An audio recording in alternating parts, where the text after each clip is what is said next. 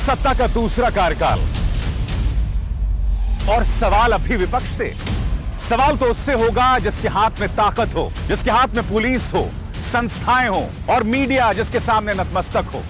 सवाल तो उससे होगा ना। हम लेकर आए खबरों का एक ऐसा शो जिसमें सवाल होंगे सीधे, बेलाग और बेबाक उनसे जो सवालों से बचते हैं, जिनके हाथ में ताकत है।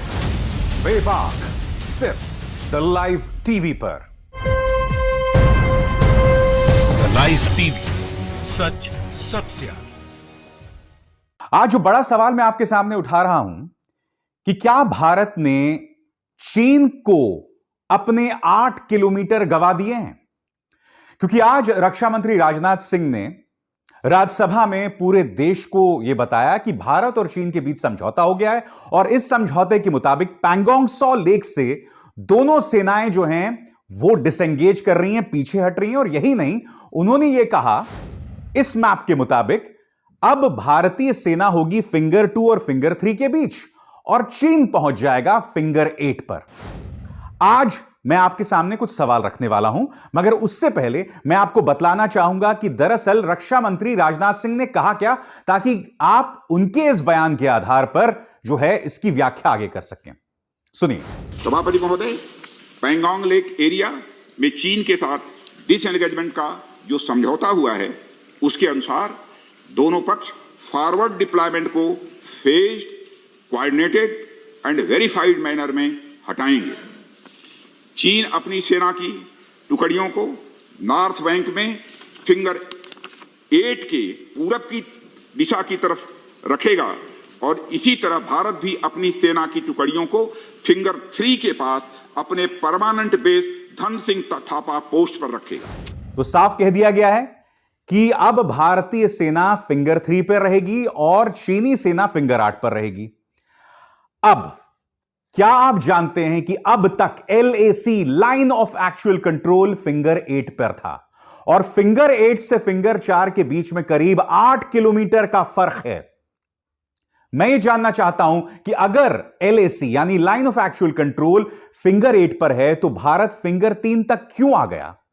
यह सवाल मेरा नहीं है दोस्तों, यह सवाल उठा रहे हैं अजय शुक्ला, जो कि डिफेंस एक्सपर्ट हैं, पत्रकार भी हैं।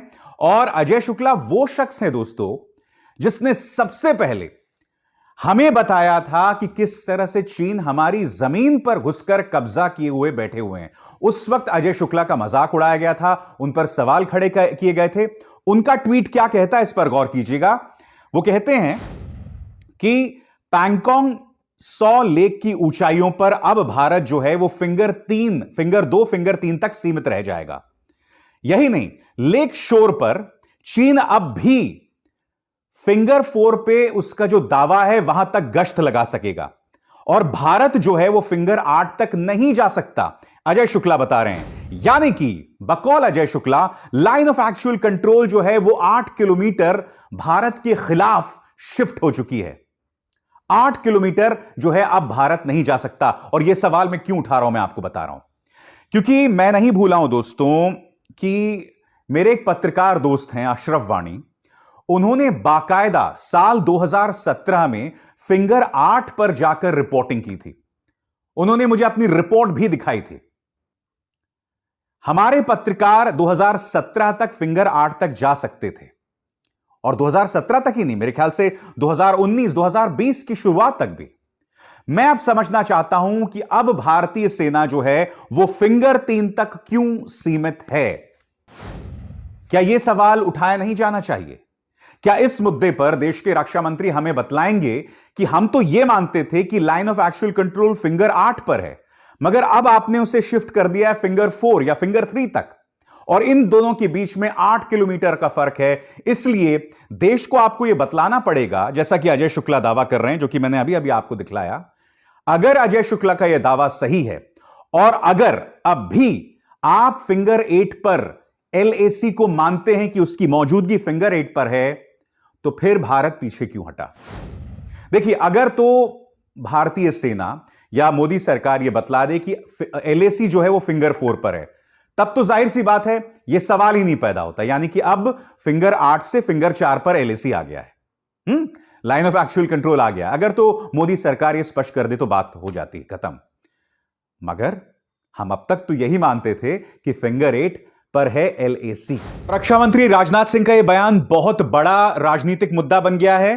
कांग्रेस के नेता राहुल गांधी ने इस पर करारा हमला बोला है इस बयान के जरिए जो आपके स्क्रीन पर है। उन्होंने कहा है कि जब तक हम पहले वाली स्थिति में बहाल नहीं होंगे तब तक इस शांति के कोई मतलब नहीं है। सरकार हमारे शहीदों के शौर्य का अपमान करना बंद करे, हमारे शहीद सैनिकों के शौर्य का अपमान करना बंद करे। साफ है कि राहुल गांधी इस बात पर आपत्ति जतला रहे हैं कि आखिर LAC फिंगर 8 से फिंगर 4 पर क्यों आ गई, और सरकार को कहीं ना कहीं इस मुद्दे पर जवाब देना होगा।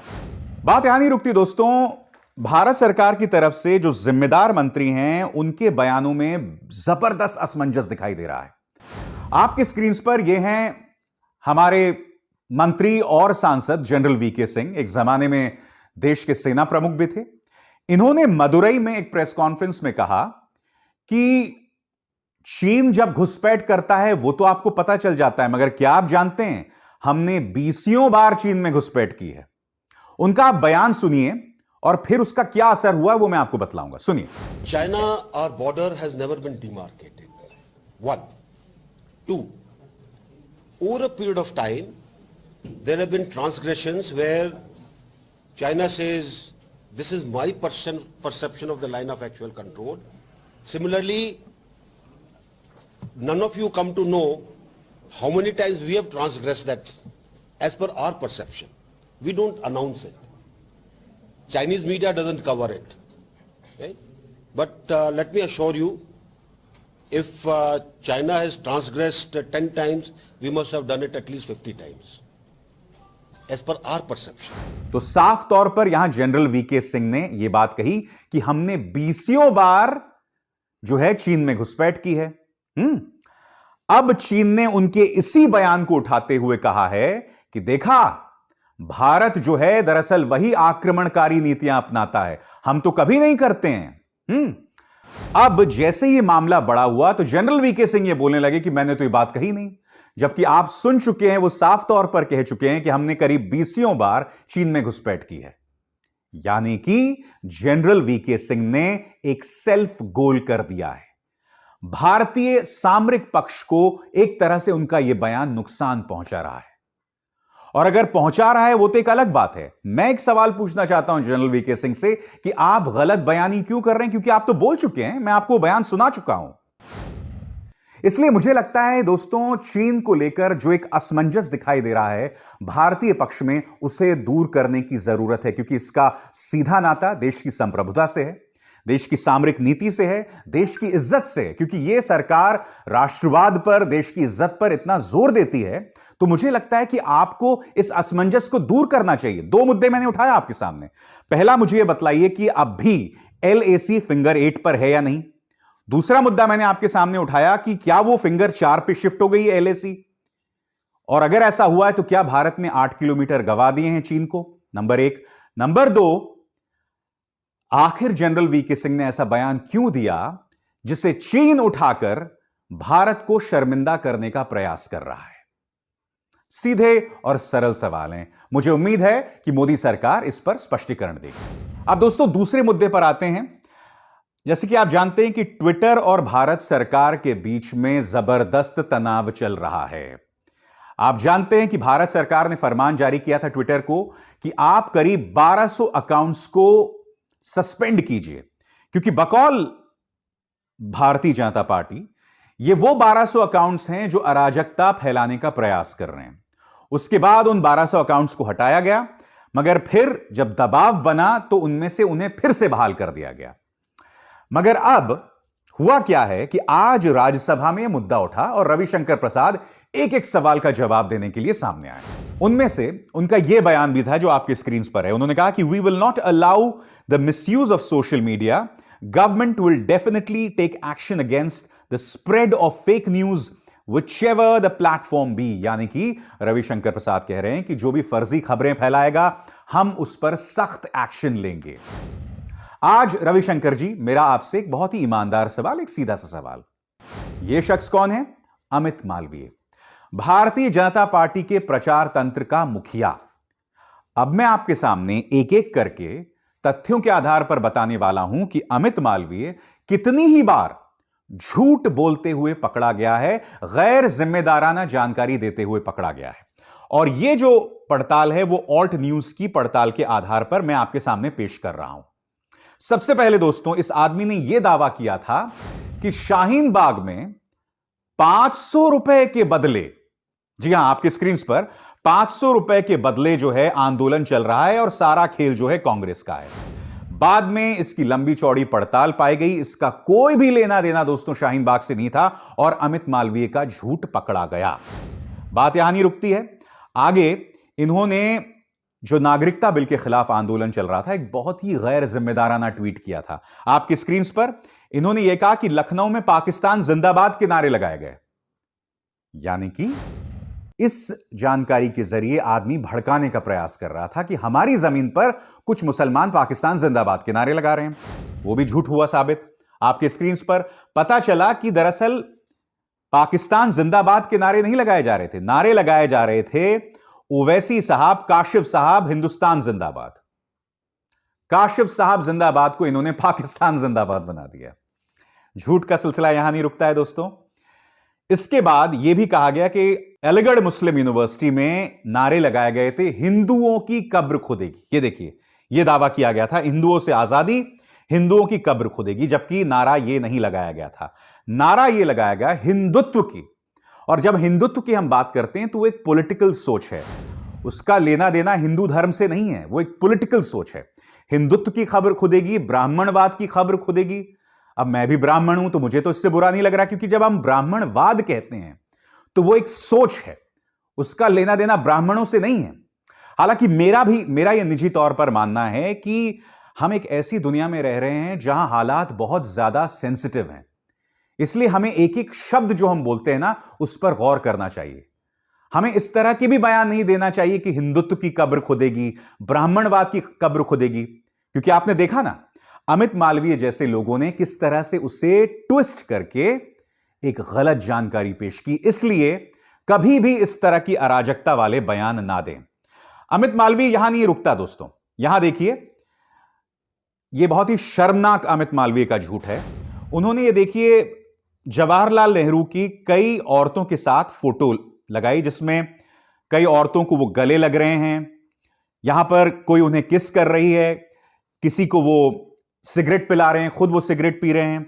और इस पर अमित मालवीय कहते हैं कि ऐसा लगता है कि हार्दिक पटेल के अंदर नेहरू का डीएनए है, यानी कि पंडित नेहरू का डीएनए। और इसके जरिए वो बतलाने का प्रयास कर रहे हैं कि पंडित नेहरू का चरित्र कैसा था, ये तस्वीरें बयां करती हैं। अब शर्मनाक बात यह है दोस्तों कि ये सारी तस्वीरें पंडित नेहरू के जो रिश्तेदार थे उनके साथ थी, उनकी भतीजियां या उनकी कोई बहन, उनके साथ तस्वीर थी। यानी कि इस आदमी को पंडित नेहरू के जो रिश्ते उनकी भतीजी या भांजी या बहन के साथ थी, उसके अंदर भी इसको अश्लीलता दिख गई। अश्लीलता दिख गई सो दिख गई। इसने झूठी जानकारी के साथ इस खबर का प्रचार प्रसार किया। इसलिए आज मैं सवाल पूछना चाहता हूं रविशंकर प्रसाद जी, आपने बहुत अच्छी बात की कि फेक न्यूज पर जो है काबू होना चाहिए, मगर आप अपने इस मालवीय पर कंट्रोल करेंगे या नहीं? क्योंकि यह आपके प्रचार तंत्र का मुखिया है। बात यहां नहीं रुकती, आगे देखते हैं। मनमोहन सिंह के बारे में इसने इस झूठ का प्रचार प्रसार किया कि उन्होंने यह कहा कि मध्य प्रदेश और छत्तीसगढ़ की सरकारें बहुत अच्छी हैं। उस वक्त वहां पर बीजेपी का राज था, खैर मध्य प्रदेश में तो अब भी है। जबकि मनमोहन सिंह यह नहीं कह रहे थे। मनमोहन सिंह ने यह कहा था कि मेरे रिश्ते मध्य प्रदेश की सरकार और छत्तीसगढ़ से अच्छे हैं। वो ये नहीं कह रहे थे कि मध्य प्रदेश और छत्तीसगढ़ की सरकारें अच्छी हैं, उन्होंने सिर्फ ये कहा कि मेरे रिश्ते उनके साथ अच्छे हैं।